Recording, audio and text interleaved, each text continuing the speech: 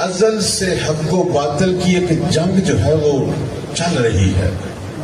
جب سے زمین پر انسان کا پاؤں آیا، اب یہ نہیں پتا کب آیا. انسان جب سے زمین پر ہے ہمیشہ ایک حق و باطل کی جنگ ہے، اور یہ جنگ کبھی بھی ختم نہیں ہوئی، اور یہ چلتی رہے گی. اور یہ کب ختم ہوئے گی؟ جب وارث حسین آئے گی.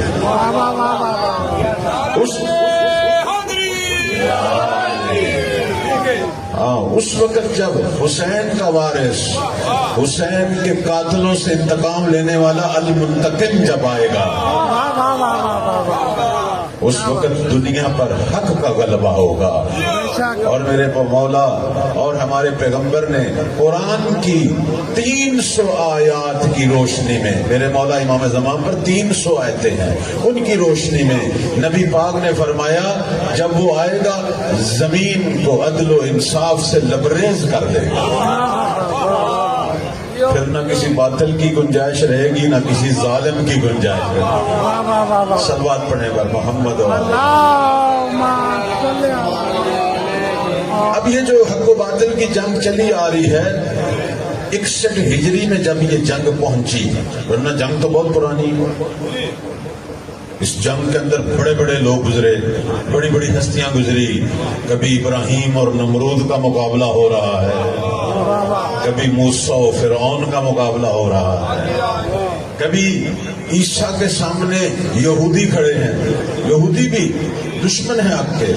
آج بھی آپ نے دیکھا نہیں، آج بھی حسینیت کے دشمن صرف یہودی ہیں. بے شک بے شک. پوری دنیا کے باطل کو کسی اسلام سے ڈر نہیں لگتا، صرف اسی اسلام سے ڈر لگتا ہے جس میں ذکر حسین ہو رہا ہے. باقیوں سے ڈر نہیں لگتا. تو حضرت عیسیٰ سے یہودی لڑتے رہے. ہمارے پیغمبر کا زمانہ آیا تو آپ نے دیکھا کئی طرح کے ابو جہل لڑتے رہے، کبھی ابو لہب اور کبھی ابو جہل. اور ہمارے مولا کا زمانہ آیا تو پھر اس وقت بھی آپ دیکھتے ہیں طرح طرح کے دشمن، جسے روایت میں کہا گیا قاستین، مارکین، ناقصین. بیت توڑنے والے بھی لڑیں گے علی سے، ظالم بھی لڑیں گے.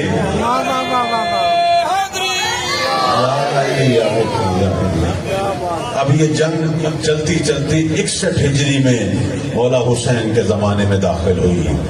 اس وقت پوری دنیا کے باطل کا چہرہ یزید کی شکل میں سامنے آیا. اب جب جنگ مولا حسین کے دور میں داخل ہوئی، میرے مولا نے حق و باطل کی جنگ میں اپنے خون سے کچھ ایسی آبیاری کی کہ اب یہ جنگ 61 ہجری سے اب تک اور قیامت تک حق و باطل کی جنگ نہیں کہلاتی، حسینیت اور یزیدیت کی جنگ ہے. صلوات پڑھے بر محمد و آل محمد.